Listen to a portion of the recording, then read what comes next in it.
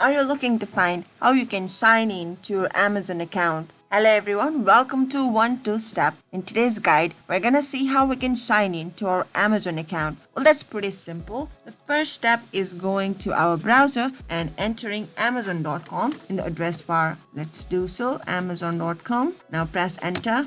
Now, there is Hello Sign In, Accounts and List. Let's click on Sign In. Here, we need to enter our email or mobile number, whichever you have used in your signing up process. I've used my email, so let's go ahead and enter it. Alright, continue.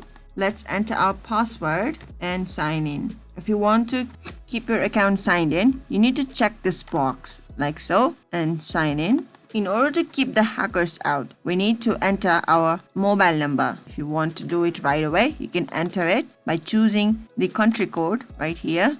Or if you want to do it later, you can just click on Not Now. So let's select it. We have signed in successfully to our account. If you found this video helpful, do give this video a big thumbs up. Still have any questions? Do leave them in the comment section and we'll get back to you right away. Thank you for watching. Until next time, bye-bye.